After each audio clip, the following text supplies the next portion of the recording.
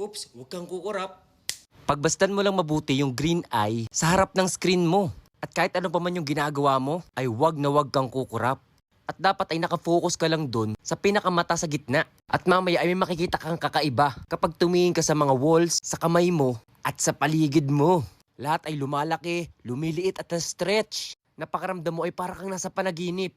At hindi ka magsisisi dito dahil effective to. At nung unang na-try ko to, talagang manghang-mangha ako. At napapaisip ako kung totoo nga ba o hindi yung nakikita ko.